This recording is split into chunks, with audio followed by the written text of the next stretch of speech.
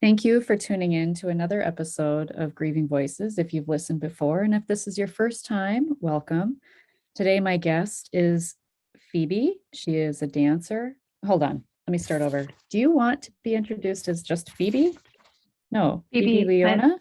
Phoebe Leona. Yeah, Yeah, okay, wasn't. that's all good. Sorry. Start over. That was such a good intro, too. All right. Thank you for tuning in to Grieving Voices. If this is your first time, welcome. And if you've listened before, thank you. Today, my guest is Phoebe Leona. She is a dancer, yoga teacher, and transformational guide who helps men and women feel more embodied through somatic movement and expanded awareness practices to become more empowered in who they are becoming, and have a greater sense of belonging. She has been a teacher and a guide for most of her life, but it was after a year of extreme loss in 2013 when she found herself in the vast open space in between her old life and a new life that she dove deeply into her practices and began her company, Nomad, to help others through their own transitions and spaces in between. Throughout that time, Phoebe has developed her own movement somatic practice, Movement 109, for students to fully embrace the freedom of moving in their bodies, transform old and held patterns, and reclaim the vibrations and stories they want to bring to life. Phoebe also finds joy in sharing her story to help others in their own healing. You can learn more about Phoebe's story on her TED Talk, her podcast, The Space in Between, and her two upcoming books due to launch in 2021, Caged No More, a multi-author book, and Embodied Radiance, her solo book by Grace Point Publishing. Thank you so much for bringing your story and your background to my listeners today. Oh, you're so welcome. Thank you so much for inviting me here today, Victoria. It's such a joy to be able to be with you. Same. And just talking about vibration and energy and just finding a movement practice that we enjoy is and can be a struggle for many people. I'm raising my hand right now. I've often struggled with trying to find something I enjoy and yet I don't get bored with and yet serves me, right? Yeah. Who wants to be in pain when they're moving, And so I really want to dig into that at some point, but what led you to this work? You mentioned in the bio, losses in 2013. So let's start there. Sure. Yeah. So 2013, I'll go back a little bit prior to that. So my childhood, I was primarily raised by my father. My parents split up when I was 7. And when my parents split up, I lived with my father until I was about 14 years old. Now, my father had done 2 tours of Vietnam, and at that point, they didn't really know anything about PTSD.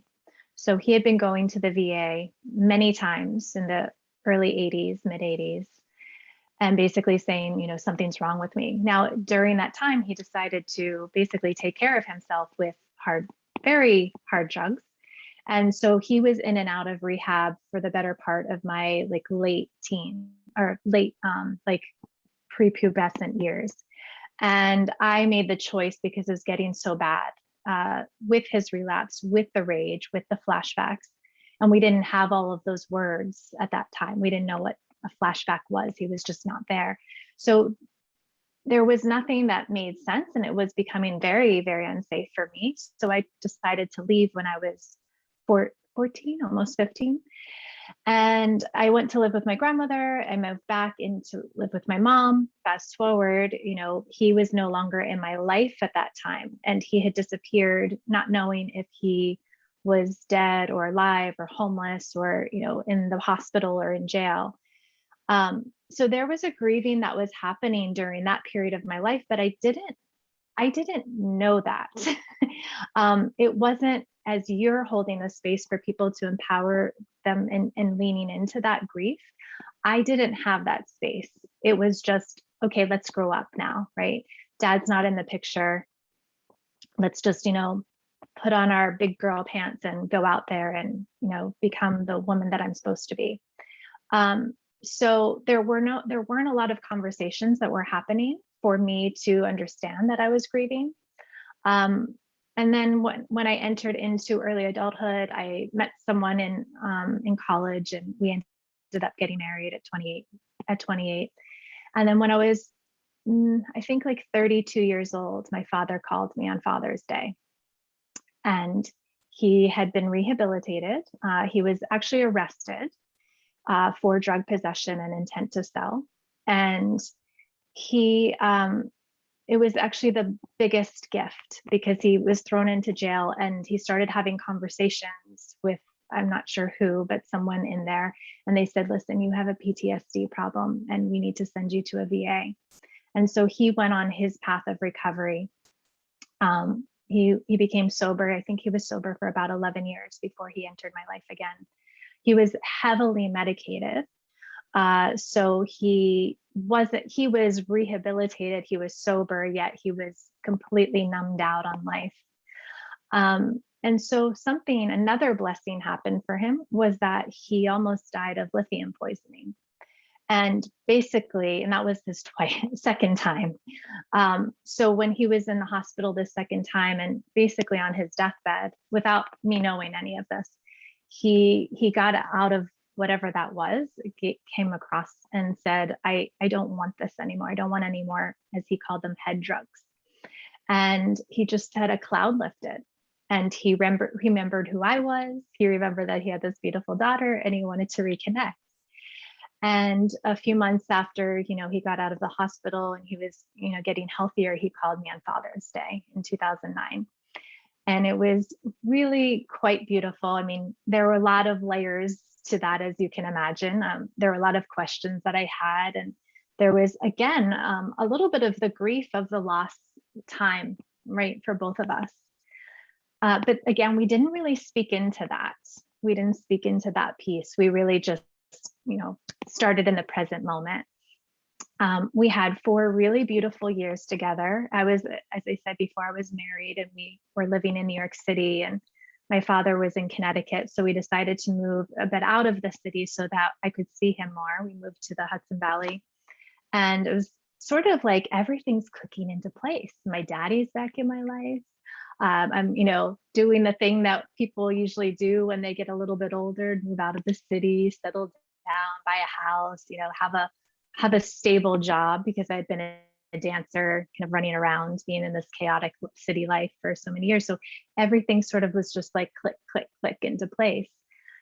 So 2013, on January 8th, my father died quite suddenly. He died in his sleep of a heart attack. And it shook me. It was all of the grief, not just in that time and space, but all of the grief that I hadn't experienced when he had left the first time, or when I had left that first time, and the conversations we didn't have. I was now grieving. Now, why didn't I say this or that? And so that cracked me wide open. I probably had, and your listeners who are here, they probably know that, that first month is just kind of putting together the funeral and getting, taking care of the estate. It's just that, you're going in that functional mode of just, how do I survive, right? And then once that service happens, I think that's when we drop down. And so that second month was really challenging. It was a really dark time for me. And I had basically said to myself, because I was running a yoga program, and I said, okay, I'm going to grieve on Fridays. I actually negotiated with grief. And I said, listen, you're getting in my way. You're getting in the way of my marriage. You're getting in the way of my job. And, I'm serving people here. I can't just break down and cry in my yoga class in front of my students. I have to keep this together, And it's sort of that old story that I had told myself from, previous loss. So basically, I had negotiated and saying Fridays, I don't have anything to do. My husband's in the city. I can grieve. whatever that wants to look like. So I might get my journals out and write forever. I might watch a movie that makes me laugh or makes me cry. I might look at pictures. I might tear them up. I might just sit and stare at the fire. I mean, it was just that wild card, whatever needed to come out, I just let it come out. But then the cap had to come back on when the husband came home. And as you can imagine, that didn't go so well. And so I was noticing that my husband was coming home later and later on those Fridays. And so I think it was the first week of March where he came home rather late, and I couldn't put it together. I sat on the couch, I was crying hysterically. He was sitting on the other side of the room on another couch and basically staring at me. And I just kept saying to myself, why isn't he coming to me? Why isn't he putting his arms around me? Why can't he see my pain? Why can't he be with me? And I somehow found my way upstairs into bed, and I woke up the next morning, and I woke up to the sun just beaming on my face. And it was almost like everything just lifted for this time. I woke up and I was like, oh, maybe this is it. Maybe I'm done. And I looked at my phone, and I even looked at the weather, and it said abundant sunshine. And I was like, yes, I'm going to choose that. So I got up, I went off to work, and I came back thinking I was going to go for a hike with my husband. We're going to start to make plans for our future because I was done with this grief. And he sat me down and he said, I want a divorce. And so there was like this whole other layer of grief that unfolded. So that was the beginning of the grief in 2013. And it's really been this 8-year journey of just making friends with grief. And I really appreciated, I think you've spoken to your 30-year, I don't remember how you worded it, but you're a 30-year griever. Is that correct? Is that how you 30 plus year griever? Yeah. Griever, yeah. And I think that that's really important for everybody to understand, that it isn't just what I was saying of, oh, I'm done, check that off the list. It comes in layers, and it's not linear. There's no way of really saying, oh, I'm done grieving now. We're always in that recovery state in some way, and it'll make it a little bit better some days, right? So yeah, that's kind of where it started, to answer your question. No, thank you for sharing. And that is Yeah, a lot. That's a lot at one yeah, time. yeah. And did you have, and I imagine you had other micro losses in between Oh there, yeah, because with divorce, you probably had to yeah, move, yeah. all those sorts of things too, right? Oh yeah, it was, I mean, as I said, that was just the beginning of it. It was like a domino effect. Yes, I had to move out of my house. The divorce went like that. I mean, it was so fast. We had a mediator. It's very quick in New York. So it happened within 3 months. We also had a dog that we had to put down. My health was deteriorating. I ended up leaving my job. Um, and it was just, and all of the other, the micro stuff too, of going to my dad's. I was still packing up his estate and still grieving, the things that I was, giving away to his friends or keeping. So there was a lot that was happening. It basically came to a head in October, where that year, where I just kept waking up in the morning, and I said, and I'd been in the ER twice for mysterious pain in my body, and they thought that it was ovarian cyst or it was a UTI. They just couldn't identify exactly what it was. So I just kept waking up in the morning and looking in the mirror and saying, I don't know who I am anymore. I don't know who I am. I don't recognize this person. And I texted my mom and I said, I need to come visit you. And she was about 4.5 hours away from where I was living. And she said, yeah, sure, come whenever. And I said, I'll come this weekend when I'm not working. And then it just, within 5 minutes, it was, I'm getting in the car right now. I'm getting in the car right now. I can't do this anymore. And I got in the car and I drove and I said, what am I doing here? And I basically arrived and I said, I have an idea, but you can also, I know I'm not in the right state of mind. If you want to commit me, that's okay. It was to that point where I just thought every choice I'm making is not the quote unquote right choice right now. But she actually, this is where Nomad came out of it, the business that you were speaking of in the intro, where when I was driving, I said, what are the things that I love to do? I have to make a change here. And I have to embody my life again. I have to claim my life again because everything is just being taken away from me. And I said, well, what are the things that I love? And I said, I love teaching. I still love teaching yoga. And I would love to travel more. And so by the time I got to moms, and I had been sort of playing with these ideas for, over the years, but I said, I want to start my own business of building yoga retreats. And I want to leave my job that was, a salaried job that was secure and stable. It was probably, I mean, from the outside looking in, it was probably the only thing that was stable in my life at that time, but it really wasn't. There was like a lot of, dynamics in that job that weren't healthy. And she said, yeah, do it. And I said, are you sure? I'm not crazy, right? And she said, yeah, do what you need to do. I'll support you. And a few, I think within that weekend, I You got back to froze. work. Oh, I see you. Am I back? My internet looks good. You're frozen now. Oh no.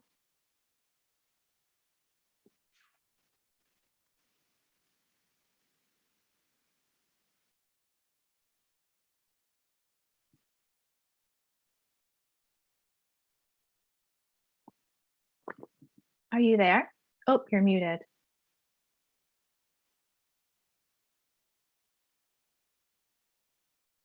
I think you're here, but you're muted. I am. Okay. Yeah. Hi. We totally got disconnected. I don't know, you froze and then it Oh was no. I so can pick it okay. up. Yeah. So the last thing you said was, Am I coming through? Should I turn my video off yeah, no, you or are. just, No, okay, it no, just I did want something video. weird. Yeah. Okay. Okay. I didn't know So if it was that. Okay. so the last thing you shared was you had asked your mom, I'm not crazy, right? And then you Yeah. said you had played with these ideas for a while. Yeah. So I had played with these ideas for a bit of time about what I wanted to create for myself because I was in that place of wanting to empower and reclaim my life after everything was being taken away from me. And those two things were yoga and traveling. And by the time I got to the other side of what I call the space in between drive between the old life and my new life, claiming my new life, I got to my mom's and I said, this is the idea that I have, is to start my own business where I organize yoga retreats because I'll continue to teach and I get to travel. And she said, yeah, go for it. And I did ask her, I said, listen, I might not be in the right state of mind. So you can commit me, like seriously, it's okay. If this is not a good idea, just tell me and I don't know, I'll suck it up and go back to work. But she was really, really supportive. And that's what I did. By I think I arrived like October 20th or 24th, and I gave my notice October 28th, which was actually my dad's birthday. Mm. And then a year later is when I launched my business. So I took a bit of time. I went to Costa Rica. I dealt with a lot of shadows there, but it was my reset, and I can talk more into that. But yeah, I had this kind of reset time, and then I came back to New York and I started my business on his birthday a year later, which was really quite special and beautiful. Wow. So yeah, please, what did that look like? What did it look like when Yeah. you, first of all, I think here's what I want listeners to hear is that Yeah. you decided that you wanted more for your life, Hmm. that you weren't going to be a victim to grief, which Hmm. it often makes us feel like we don't have choices, like we, Hmm. and I often say too, it puts a veil over our face. So when you said you looked in the mirror and you didn't recognize yourself, that's many grievers. That's what a lot of people say, but in a different way. Like everyone says the same thing, it's just different language. But Hmm. that's what it does. We can't, we get disconnected from ourselves. Yeah. And so when we look in the mirror, we don't see ourselves for who we really are, and we don't see Yeah. the potential of who we could be either when we have all this emotional stuff unsettled within us. And so what did that look like? What did Costa Rica look like? How did you, because you said your health was deteriorating, Mm. been there, done that, grief, it's Mm. this is what happens in grief, right? And so what Yeah. did that rebuild and reset look like? Yeah. So before I go there, I want to just reflect back what you just said too, because I think that really is important to highlight that we have those choices even in the midst of grief, and to kind of into what I said before about how I just, pulled on my big girl pants and just said grief's not going to get me. There's this play between both, right? It's Mhm. this claiming your life, but it's not this avoidance of grief. It's really what I think of as dancing with it. Like, okay, but I'm going to take the lead right now. And you might take the lead sometimes, but it's not going to completely take over, like you said, the veil. And so, yeah, I just wanted to reflect that. So, in terms of Costa Rica, so I gave my notice in the end of October, and the next question was okay, what do I need right now? What do I need right now? Because staying in New York winter and being depressed, I might slit my wrists. Like, and I did, like, I mean, I joke about that, but I didn't know, even though I knew what I wanted, I still wasn't over that hump of recovery to a place that I felt stable enough. So I said, okay, I need to go somewhere where it's sunny. And there's a lot of little logistical things I don't need to go into, but I landed somehow in Costa Rica in January, like 2 days before the first anniversary when my father died. And I I truly believe that he put me in that place. He put me in that place a year later after he died. I just felt it in my bones that, there were so many signs. And you probably have had this, or your listeners have had this, where you can feel the presence of your lost loved one is, with, interactions with people, or, animal totems, or just receiving dreams. And I had all of that. I had all of these signs that my dad was putting me in Costa Rica for a reason. So I had only gone there for the intention of, I think, like 2 weeks. I had learned about this hostel that had yoga and surf and Spanish lessons, and I thought, let's go check out. Let's go just be in the sun, be in the ocean. That'll be very healing for me. And within a week, I had met this man who I swear was brought to me by my father. An older man. He actually had very similar features as him. And it was just this night, he owned a restaurant in town, and we just started talking, and I told him everything. I told him this whole story that I told you and your listeners. And he called me the next day and he said, I have a job for you and I have a place for you to live. And he basically like orchestrated it that day. He took me to show me the place, and he even told me, he showed me two places, and he said, get this second bedroom because you can rent it out and it's not that much more expensive. And I said, oh, okay. And so and then we had this hug at some point, and he said something like, oh, it's so good to feel you. And not like in a weird creepy way. It was just like, dad. I mean, the way that he said it and the way that he hugged me, I was like, that was confirmation that this was my father. And so I ended up staying there for about 9 months. And during that time, I had met people that were really loving and were really allowing me to be me. And I had realized I had not been me for a very long time. I was really tracing it back, and I can't tell you linearly if this is when it happened, but it's been happening over the last 8 years where I realized I had shut Phoebe, you know, when she walked out that door, when she was 14 years old, when she left her dad, I had left her behind.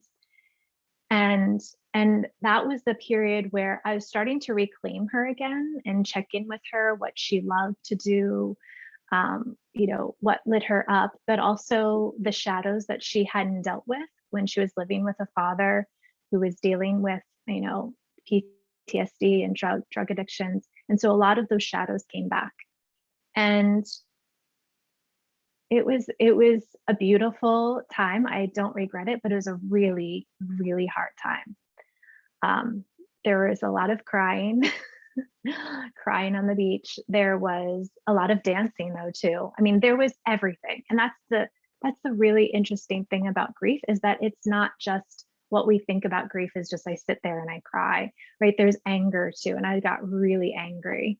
I had a short relationship there, and I was, poor guy. I really took all of my anger out that I had for my father, I had for my ex-husband. I took it out on this one person. Um, and so I really danced in all of the shadows, but there was also this beautiful joy, like this pure joy that was there too. So I experienced it all. I So experienced it all during that time. when you, how did you make that transition then back home? Mm. And where was I, home? yeah, that's a good question. I'm still kind of figuring that out. Um, I think it was in May. I had decided, oh, I'm going to live in Costa Rica. This is my life. And I came home. I sold everything because I had been subletting my apartment. And I basically said, okay, I'm doing this. I came back to Costa Rica, and it was like, this is it. This is my home. And immediately Costa Rica was like, nope, you're not here anymore. And all of these relationships that I had built were just breaking. And all of these circumstances that used to flow easily just were like doors closing. And it was basic. Costa Rica is a beautiful, very magical, very spiritual. There's a vortex that was very healing for the time and space that I needed, but it was also like, okay, now you need to go and live your life. It's time to reintegrate and really claim who you said you were here and explored it. Go back to your quote unquote old life and claim it. So I was there for probably May. I think I came back in August, like so a couple of months. And they said, all right, this is it. I was getting more messages that I needed to start the business in my old community because I already had a following there, and I was getting clear on what that was going to look like. So home at that time came back to New York, in the Hudson Valley, and I started teaching at all the studios that I had made connections with over the years. And basically that's what happened was I stepped into that. And then there was like a whole other layer, right, of that reintegration. So I feel like Costa Rica was another big gap, that big space in between, where I was like sorting out the old stuff. And then I was bringing it back into this sort of new life that I was still in the old life in a lot of ways. I still was kind of meeting up with my ex-husband on a friend. He had already moved on, but like we were trying to handle a friendship that we clearly figured out that wasn't healthy. So there was just this reintegration, and it probably took about 3 or 4 years to find my footing again, to be really Think, honest. yeah, and I think this is the first time I'm going to say this on this Mm, podcast of all the conversations I've had with people. That yeah. sounds really exhausting. Yeah. It's just, I mean, really, it sounds really exhausting. And that's Yeah. what grief is. It's Yeah. exhausting. And It is. it is a progress of new chapter after new chapter after new chapter, but we don't get there. You don't get there from there, right? You don't Yeah. get to where you are by staying you don't get where you want to go by staying where you are, Mm, right? hmm. And so Yeah. it can feel like an exhausting process along the way. But I think Yeah. the more in tune you become with with yourself and your energy and your vibration and get more aligned, it does flow more easily. It does come Mm-hmm. more easily. Mm-hmm. You can lean into those days in that grief when they come, but they don't debilitate you Right. like they did before. And I Yeah. think that's what you mean with the in between. It's ugly and it's messy, but it's necessary. It really is. I think it's just Mhm. part of the process. And it's going to look differently for many people, for everybody. And it's not going to be how many years? Four, 8 5, 8, 8 years. since 2013. Yeah, 8 years. Yeah, for me it was 7. Yeah. So, Yeah. and it's like one day I'm like, oh, I'm sick of feeling this way. And, Yeah. and then, yeah. Yeah. Yeah. And 7, and I feel like 7 for me was a magic number too. And that's, you know, there's the idea that all of our cells have regenerated every 7 years. So there's something about that. I knew that I had that knowledge, but there was this moment where I thought, "Oh, I think I'm done." And actually Mhm. I reclaimed my own last name because I had changed it back to my maiden name. And I felt like I'm done with that part of me. Dad and we've made our amends, and now I want to reclaim my own. And I actually stepped into my own last name at year 7. So, Well, and just like there was a podcast episode with Siri Burnson, the mm, medium, yeah, and she yeah, mentions this like our life cycle is, yeah, they say, is 7 years. The yeah, 7 years. astrological cycle is 7-year cycle. So it's Yeah, very fascinating. If you think it about really it, is. yeah, 7, 14 Yeah. pivotal Hmm. times of my life too, right? So Yeah, yeah, it's kind I of know. I bizarre have if you think chills. about it. Yeah, I have chills thinking about that. Exactly. Yeah, there's something, what I, through this whole process, and I think I always was, in tune in some level, but through this whole process of grief, it really, it really confirmed that there's something bigger going on here. There's something so much bigger going on here. And what you were just saying about the 7, there's so many truths that we can't explain. How do we like really explain that, right? We figure it out in our brains. Oh, it's, our cells are regenerating. That's what science told us. Or there's, what Siri was talking about with, the astrology. But yeah, there's something else going on here. We might have those things that tell us and kind of quantify it and make sense of it, but really we might not ever really know, right? That mystery. And grief is Well, very mysterious. yes. Yes. But that's kind of the beauty in it too, because you Mhm. don't know exactly where it's going to lead you. Yeah. And you Yeah. might have an idea in your mind of, if I would have told you you're going to have your own business, like when this first started, Yeah. if I would have said to you, you're going to have your own business, you're going to be doing retreats and you're going to be traveling. And Yeah. when you were like in the thick of it, you would have been Mm-mm. like, yeah, can we just fast forward to that, please? Right? Exactly. Well, and as you say that, we're laughing, and I was thinking too, if somebody had said, "Oh, you're going to end up living in Costa Rica," and I'm like, "Oh, that sounds really fabulous." Yeah, sure. But it was also really crappy.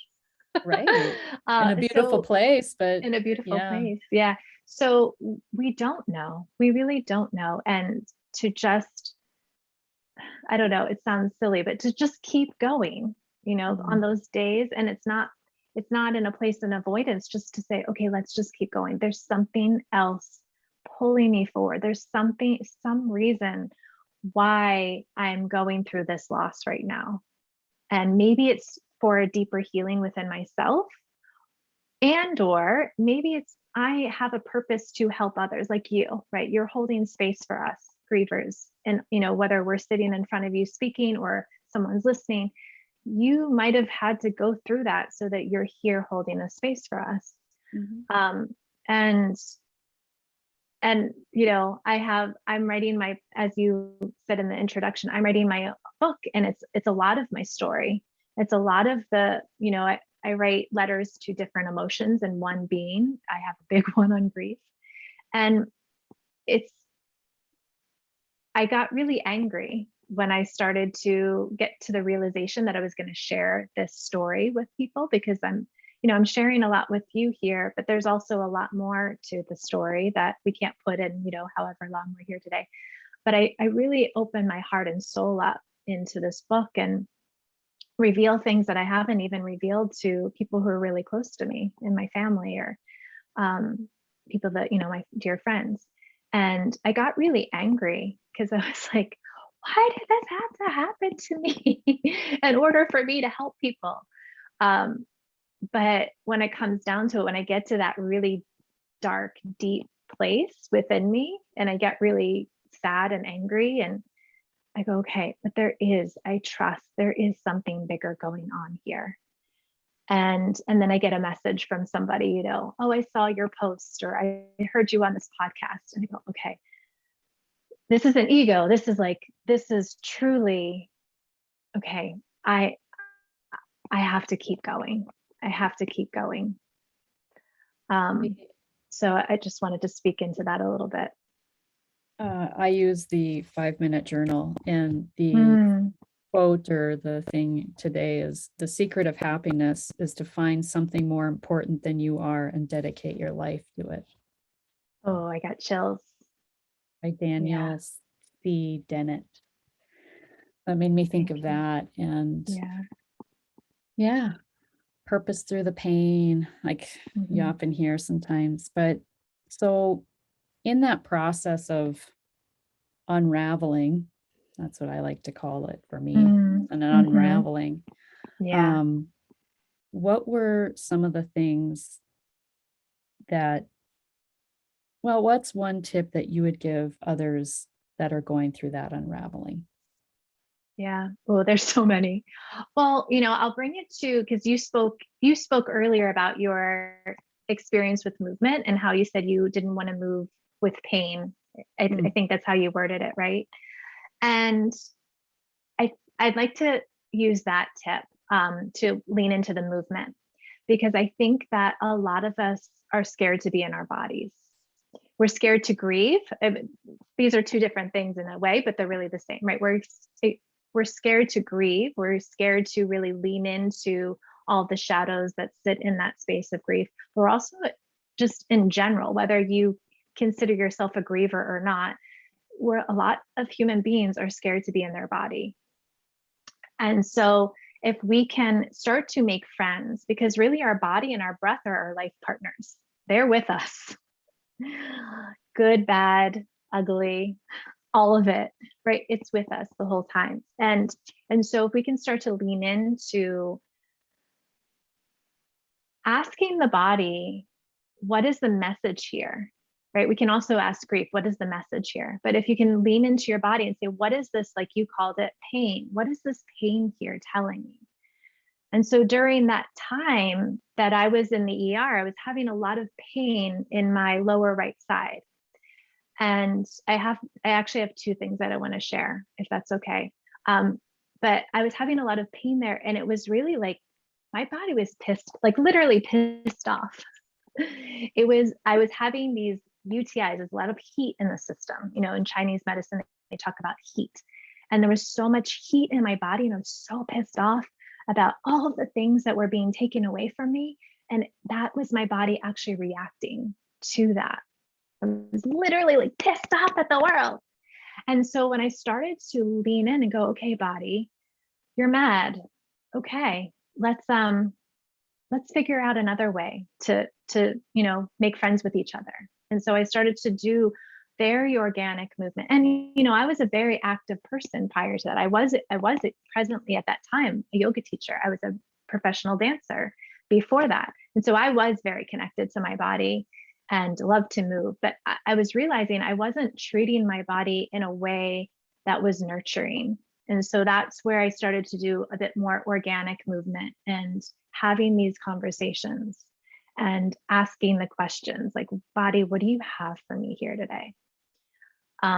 One other thing that I want to share with that is to go back to 2012. This was where everything was clicking into place. Everything was clicking in. My yoga program was just about to start. We had just bought our house.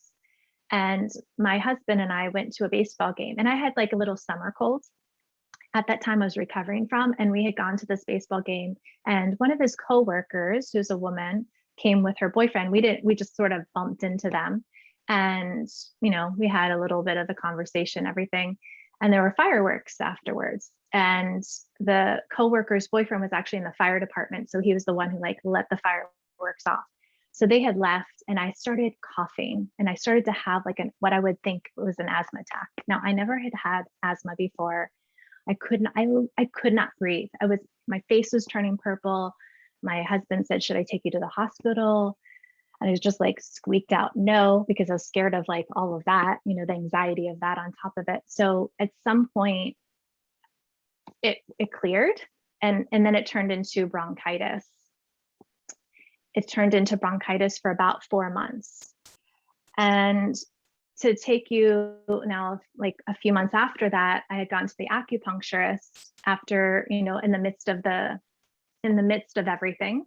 And I checked everything off, and she said, "Okay, when did you have this bronchitis?" And I said, "Oh, last summer, And she said, she just put her hand on my hand because she knew what I was going through. And she looked into my eyes and she said, "Honey, you have been grieving. Your body knew that you were grieving." So lungs in Chinese medicine is grief. Mm-hmm. That person that we saw at the baseball game is who my husband was having an affair with. Now, I didn't know that. I didn't know that. I had no reason to believe that at the time, but my body knew. And so my tip is, if you feel something in your body, lean into it. Now, I'm not saying it's going to be something big like that, but just start to make friends with it. Start to listen and say, okay, there's this thing that I call, like you said, the sensation of pain. I try to take that word pain away and ask, what are you really telling me? So instead of it being this label pain, because that's already a story, an unconscious story of, oh, it was that time when I, was skating outside and I twisted my knee or whatever it is, right? We already have that story playing out. But well, what is the sensation? Is it sharp? Is it is it isolated? Is it local? So is it isolated and localized, or is it just radiating out, right, from one place out to the entire body? So you start to get really curious about the sensation, and in there might be some stories that we didn't know that we had, and we can start to peel away those layers. And we might not consciously ever say, oh, it's because this or this, like the stories I just told you. It might not be that literal, but you can start to play with it. And I really promise, as you lean into it, things will start to shift. That's a great tip. It's a great tip. It was a long-winded tip, but I hope it was worth it for everyone out there. No, but like you said, these strange pains that you ended up in the emergency room with twice. I had fibromyalgia-like symptoms, like no, overall just aches and pain, like overall, like I just felt like you're getting the flu achy. I had chronic bronchitis year after year. As a teenager, I would get it frequently. So it's totally, yes, totally. Your body speaks all the time. Your body is speaking to you. And like these things that are happening outside yourself, they're not just happening. They're like an expression of what, if we just pay attention to these messages, they're not, it's like synchronicities, but it's, you have to actually see them to know what to do with them, to like look at them and be curious, like you said. What were some of the ways that, you're doing all this inner work yourself, but what were some of the ways that others were supporting you that you found the most helpful? That's a good question. Can I just say one thing before I move on? Because you said something really I wanted to just highlight is I think this is the biggest shift that happened for me too, with all that we've been speaking of shifting from why is it happening to me, as that's the victim mentality of how is this happening for me? So why is this grief that I'm experiencing happening for me? How is this pain that I'm feeling in my body happening for me? And just that shift, that was what to continue into your second question. That was something that I had was I have beautiful teachers. You know, I have family that I'm really grateful for on my mother's side, and then I also have had teachers that I learn from and trust. And that was one of my teachers' nuggets of wisdom, was just shifting that from it's happening to me, but for me, or even with me. So in terms of the support from people, you said for me, right? Not that I was supporting. Yeah. Okay, I How just want to did, make sure I'm clear. in what ways did others support you as you were Yeah, doing all of your inner work and things? yeah. So this was an interesting journey too, was specifically with my mother, because what I had realized was that with all of this grieving that was happening, and there was still some stuff that my mom and I hadn't dealt with. And so I really had this opportunity to, because I didn't trust her. There was a lot that happened in my childhood where it's like, why did you leave me with this person that, was a drug addict? Um, why did you let me do this and this, So a lot of that started to unpack in the process of the grief. And I kind of got a bit mad at her and regret and resented her in a bit. So we started to have these conversations, and it really gave her an opportunity to, I don't want to say step it up. What's the better word? Like for her to really open her arms and let me see that she has been here, but maybe not in the way that I wanted her to be, but she was there the way I needed her to be. And so, just that day where I drove, that I spoke to earlier, of driving there, and she had her arms opened up when I gave her a hug, and I said, I'm sorry. And she said, oh no, I've been waiting for this. I've been actually waiting for you to break down, because every time she would drive, she drove to see me, that 5-hour drive, like, I think it was like had to have been 8 or 9 times that year, just back and forth, whether it was, okay, now it's dealing with dad's estate. Now it's the divorce. Now it's putting the dog down. Now it's you're in the hospital. So she like had been driving back and forth for so many times and just kind of waiting for me to say, I can't do this anymore. So it really took that break for me to see that she's been here this whole time. And it was, she had been there, but I wasn't letting her. And so this period was me allowing to be held again, you know. Um, yeah, I think I'll stay there for a moment. That's a powerful point, Yeah. because my podcast art from my podcast is me Mm. on an island with a megaphone, because you feel like you're on an island, like no one gets you, no one understands me, people Yeah. aren't there for me, I'm not supported, but you carry the weight of the world of this grief on your Hmm. shoulders, and you just want to scream, like, just hear me. Hmm. Hmm. And you feel like it's going nowhere. Yeah. And but it's not falling on deaf ears. There are people that want to support you. There are people that are holding space for you or want to, but you got to find your way to yourself so you can let them. It really Exactly. truly starts with us. The self-love that we are wanting so badly from other people, we have to start giving it to ourselves. Hmm. And that was that whole process of what you were doing, that unraveling and Hmm. going to Costa Rica and working, having really crappy days.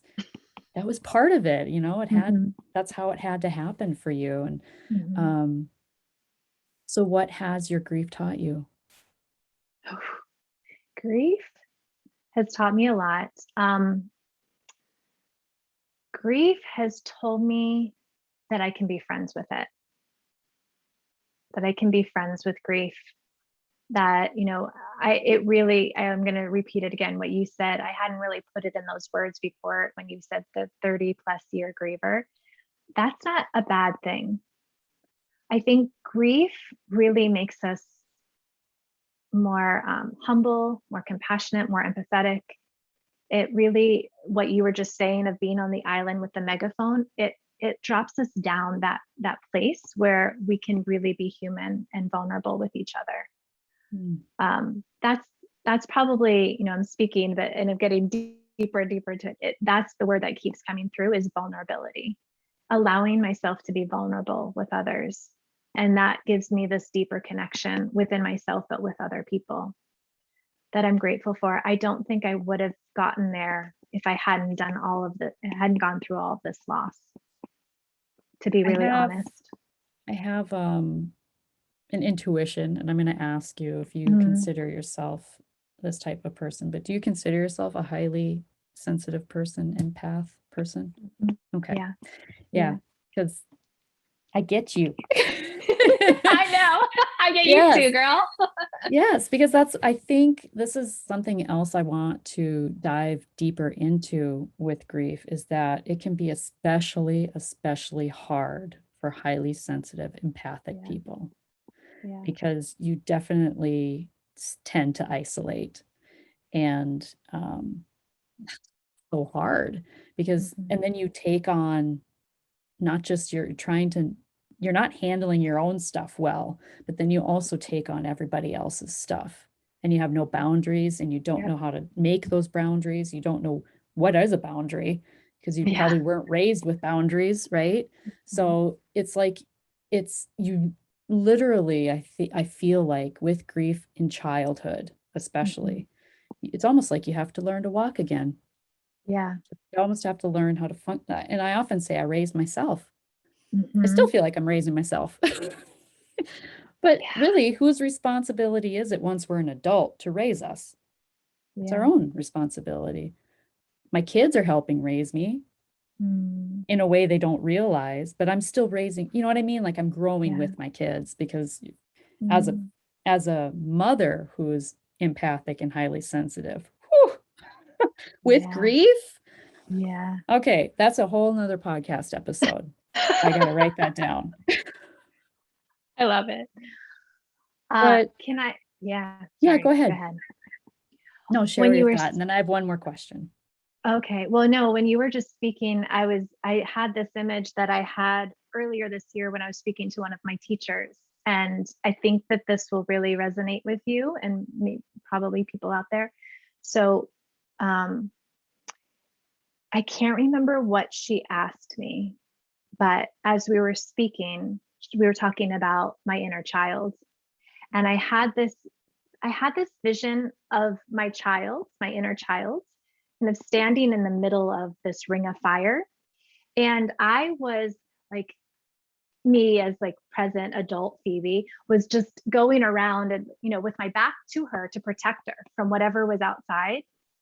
And I was telling my teacher, like, this is what I'm seeing right now. And she said, Phoebe, just turn inward. And I turned to my inner child and she just like jumped into my lap. And I clicked for me that I was in such protection mode of her. She just still saw it. She didn't see the protection. She just saw it back to her. And so when I turned to her and hugged her, she didn't need that protection. She just wanted herself to be held.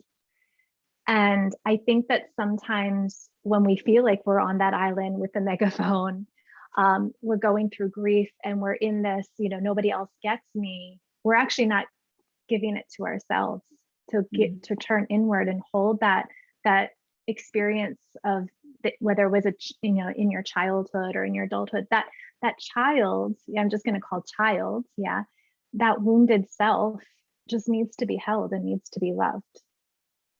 So that just came through that I needed to share.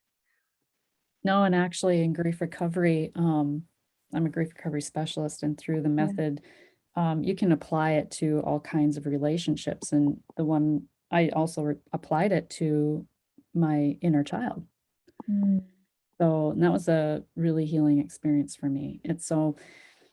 Yeah, it's so important to yeah. bring attention to the who we were before grief Hmm.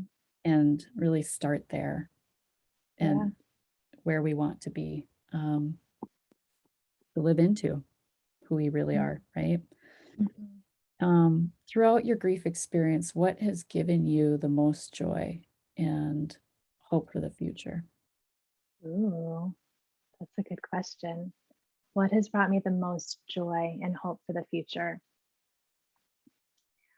I think, what I was just speaking into about my mom, I have really healed and still in the process of healing the mother wounds with being with my mother and my grandmother. Because what happened was I came to realize that they had gone through something similar, different stories, but similar grief that they didn't really get to hold space for themselves. And I started to, have more time with them. And actually, the pandemic, I moved down here I lived with grandma for 5 months. And I'm now still in the area close to my mom and my grandmother. So that has been the biggest joy, is to heal this wound that I didn't even know that really needed healing. And what was this? There was another part, the biggest hope.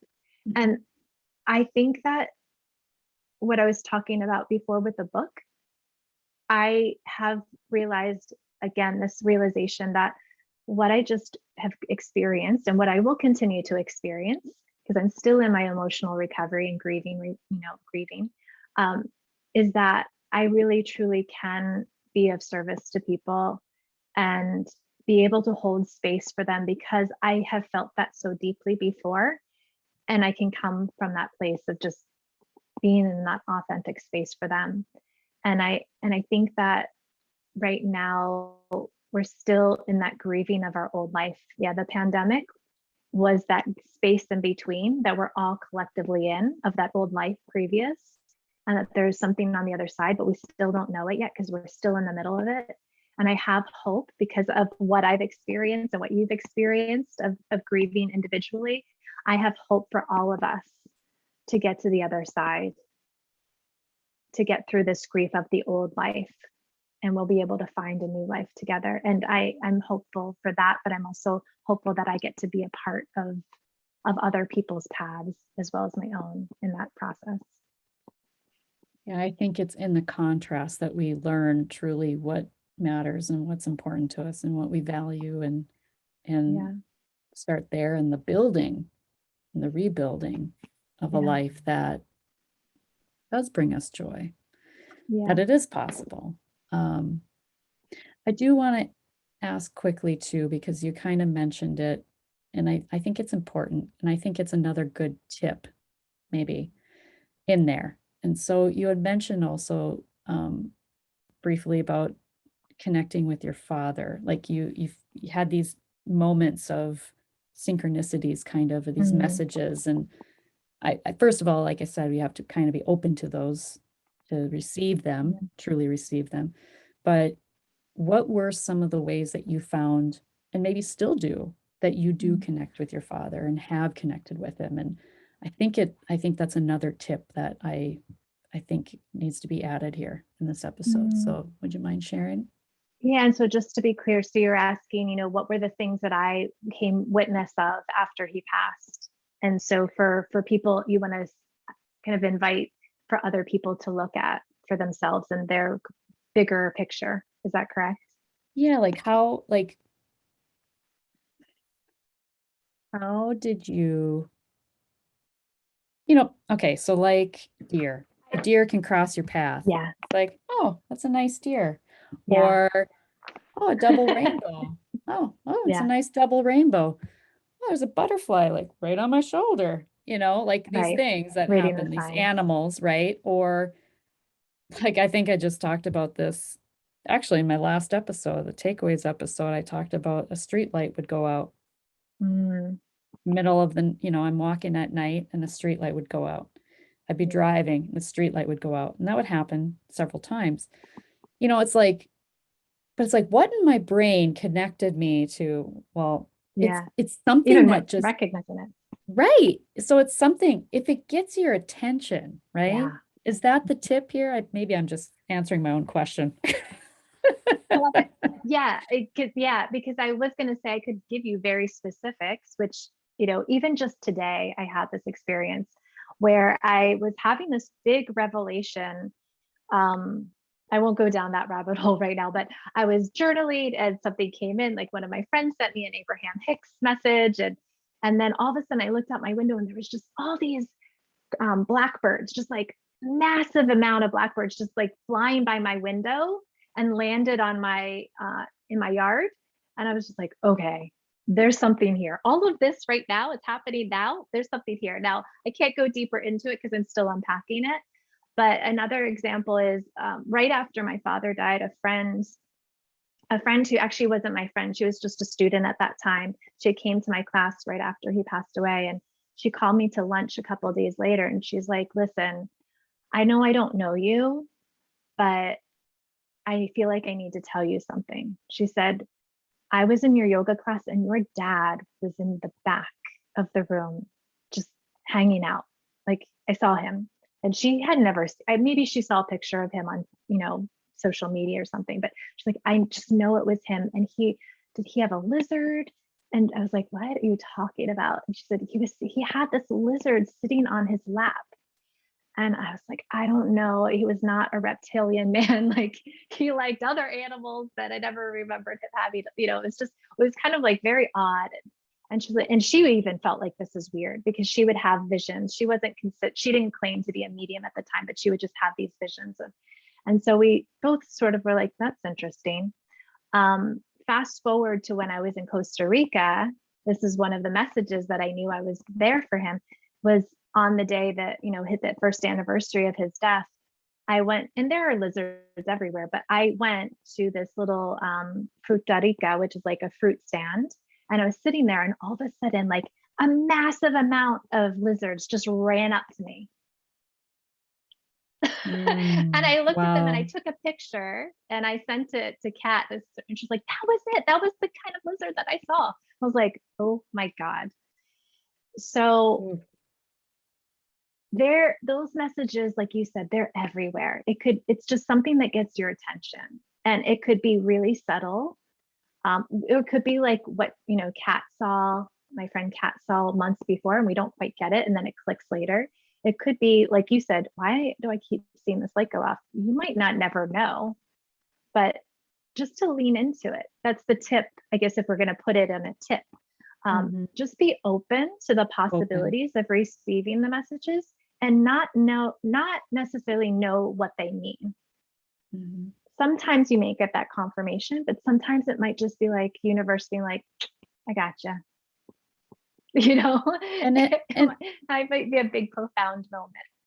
yeah, and it's okay to ask. It's okay to ask for these signs, right? That's my episode with Siri talked about. Yeah, exactly. Well, I feel like this was a really rich conversation. And is there anything else you would like to share? Oh, we went a lot of places, and in some places that I haven't shared with other people before, in this kind of way. So thank you for holding that space, Victoria, and letting me feel safe to share. I think that's really important when we do dive into topics such as grief, that we do feel, safe to be vulnerable. So I just want to acknowledge you for that. Thank you. Yeah, and I think we said what we needed to say today. Well, and where can people find you and your work if they want to That's a reach good out? question. So they can find me at my website, thenomadcollective.org. We're actually shifting domains, but if you have the old one, that's fine. You'll find me. You can just Google my name too, Phoebe Leona. Social media, I'm on Facebook and Instagram. I'm going to dive more into Medium and Insight Timer in the next month or so to share my writing and also my meditations. And then my book will be out. I don't know when this will go live, but my book will be out. And actually, you said a book title that we're actually changing the title, but that's okay. Oh, We'll get what's it. the title? So it is called Variably Cloudy with Abundant Sunshine. And that goes back to that day that I woke up and saw on my weather app, Abundant Sunshine. Nice. Yeah, I forgot to give you that update. What's your launch date? In January, actually, if all goes well, January 8th, which is the day that my father passed away. 2022. All right. Yeah.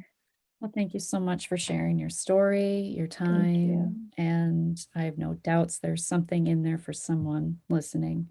Ah, yeah, And so yeah. And remember, when you unleash your heart, you unleash your life. Much love.